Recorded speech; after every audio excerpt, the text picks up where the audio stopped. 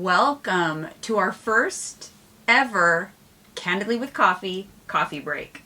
Yep, first one. Yay! Coffee break. Our first coffee break. Cheers. Crazy. So what the heck is a coffee break? 3 years right? What is it? Do we want to explain?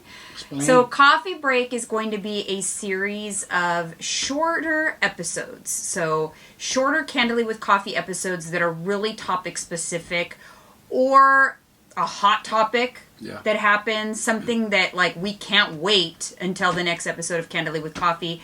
You will be able to listen to the coffee breaks on Apple Podcasts, wherever you hear your podcasts, and it will have coffee break in the title so you know it's a shorter episode.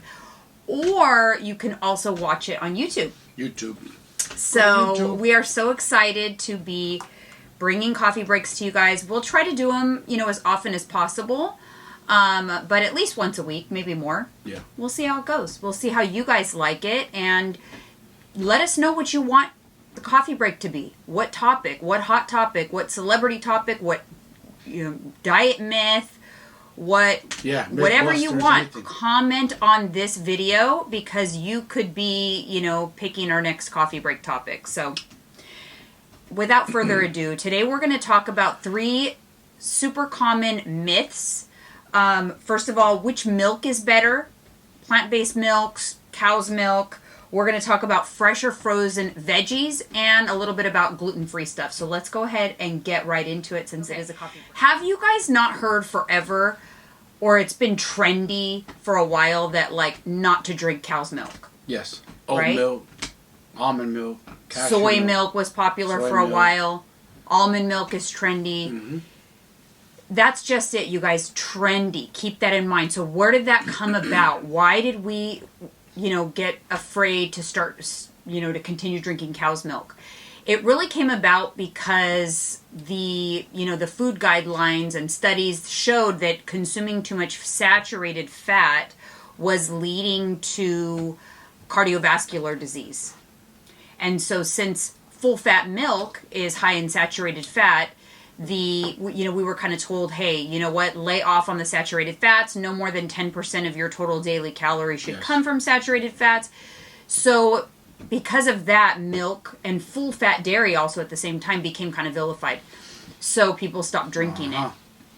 But recent studies have actually shown that saturated fat doesn't necessarily increase your risk of heart disease when, your overall weight is controlled and calories are controlled, etc.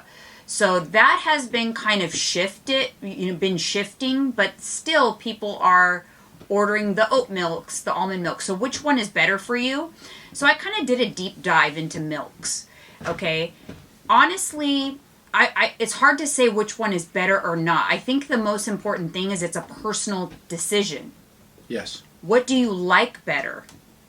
Now, whole milk is nutrient dense, but it's also calorie dense. Yep. So something to keep in mind. But if you enjoy milk over plant-based milks and you're watching your calories, you could still go with a skim milk or a fat-free milk. It's still going to have a lot of nutrients. The benefits of milk is it's naturally occurring calcium. So it's easier for your body to absorb it. You're going to get those calcium benefits. Whereas plant-based milks are fortified with calcium, meaning they're adding it in because it's not naturally occurring. Yeah. But still, you're still going to get some of those benefits. But to me, the big plus with milk is protein. It's got protein. That's true. Protein. But you know what, though? I thought milk also got vilified because of sugar. It has a lot of sugar. Well, I remember hearing that. So carbs and sugar. Yes. Okay, carbs and sugar, and because it's equal, right? And then, people started going for the lower carb. Again, because of the trends in weight loss, the trends in diets. But at the end of the day, there are benefits and cons to any milk you choose. But I don't want people to feel like they need to have almond milk because it's healthier, oat milk because it's healthier. Because it really is not. Most of the almond milks and the oat milks and those things are fortified with additional vitamins that that they don't naturally have. Milk is fortified with vitamins that it doesn't naturally have. You can find good milk brands. I actually found a milk brand that I haven't tried, but I want to try, Fairlife, because not only do they fortify their milk with vitamin D and vitamin A, they also fortify it with omega-3s. And omega-3s are an essential fatty acid that we need to consume. Americans or people in general do not consume enough omega-3 fatty acids, which is like healthy fats, fatty fish, things like that. Also good for anti-inflammatory like myself. My shoulders are always like bothering me. Yes. So, long story short, pick the milk that you like the best. You know, get a good brand that's fortified with additional nutrients, but do not feel that you can't have milk. Now, if you are lactose intolerant and milk makes you sick, obviously that's another thing. Yes. If you, in general, if there's something that your body is telling you, hey, I don't tolerate this, don't eat it. Stop giving it to your body if you're not tolerating it. Listen to your body. But me personally, I like milk. I'd prefer like a skim milk because I want to pay attention to those calories. But I love the added benefit of having protein in the milk. Even in the skim milk, it doesn't negate the protein. You're right. It just reduces the fat and it reduces the calories.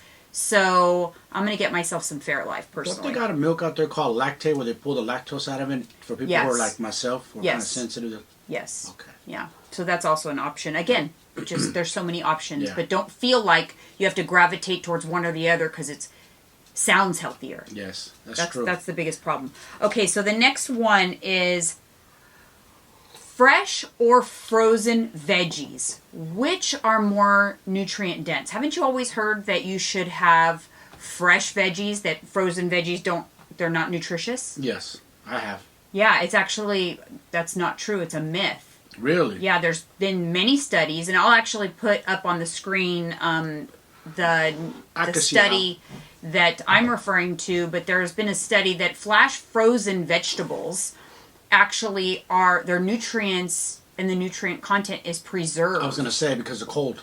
It's preserved, whereas fresh veggies that are sitting on a truck going cross country, various temperatures, could actually be depleted of nutrients. Yep. So don't worry about feeling like you always have to have fresh veggies. Go ahead and get the frozen vegetable bags. You're going to get nutrients in there. People are going to be debunked by this. I'm like, I always thought. The assumption. See, it's always the assumption. It's just we assume. We hear something for so long and we just believe it to be true. We do.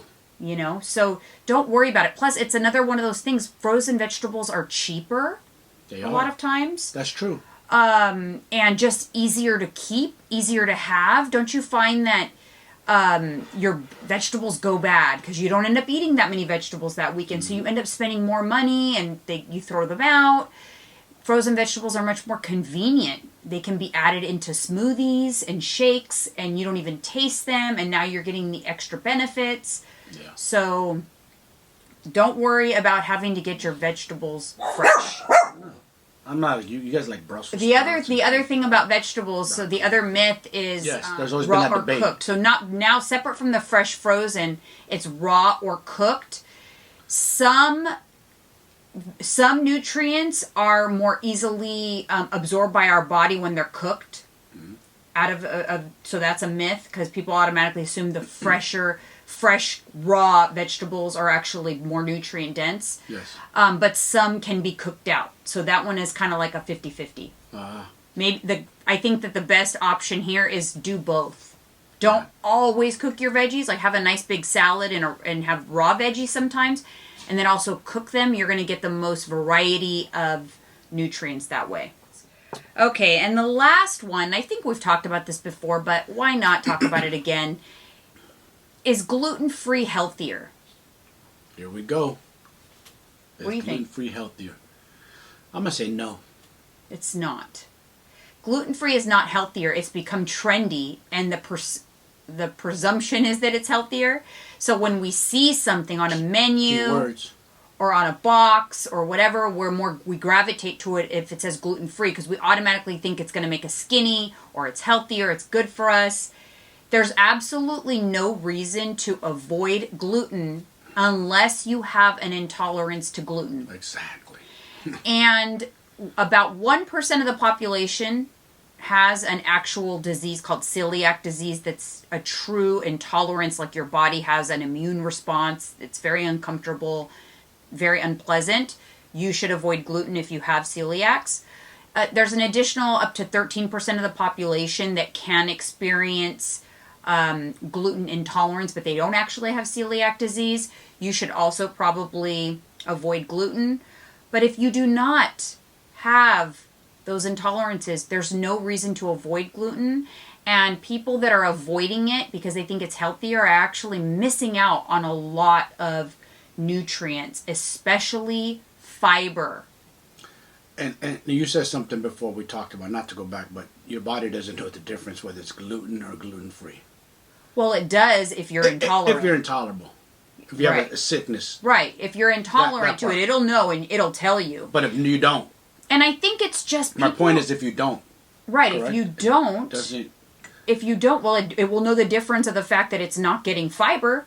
Because if you're avoiding gluten, you're not getting enough fiber in your diet. Very hard to hit your fiber targets if you're avoiding gluten, because that's where I get my fiber. I reach for the whole wheat breads and the whole grain tortillas so that I can get my fiber. Yep. But if you're gluten intolerant, you avoid those. You don't get the fiber in your food.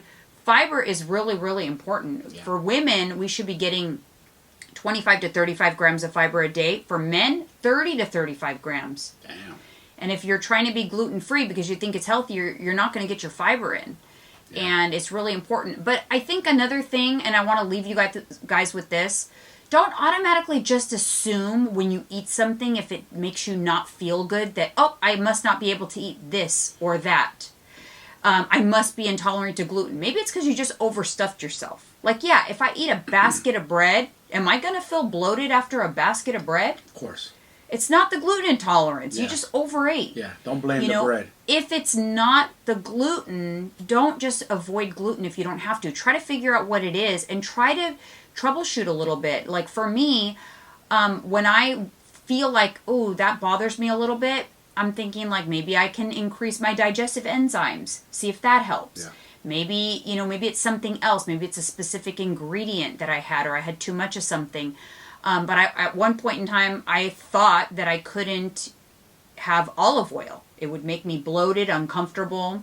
I would be so sad if I couldn't eat olive oil. But it turns out I just needed some digestive enzymes. There you go. I needed some gut health situation going on. And once I corrected that problem with my gut health, I actually used the InnoSup's Gut Restore.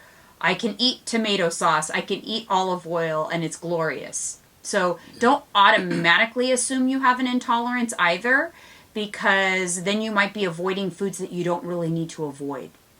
So that is true. That is it for today's coffee break, you guys. Thank you so much for First tuning one. in.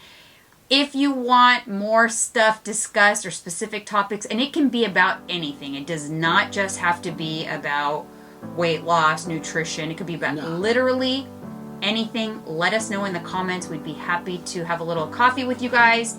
Cheers, and we'll see you guys on the next one. See ya.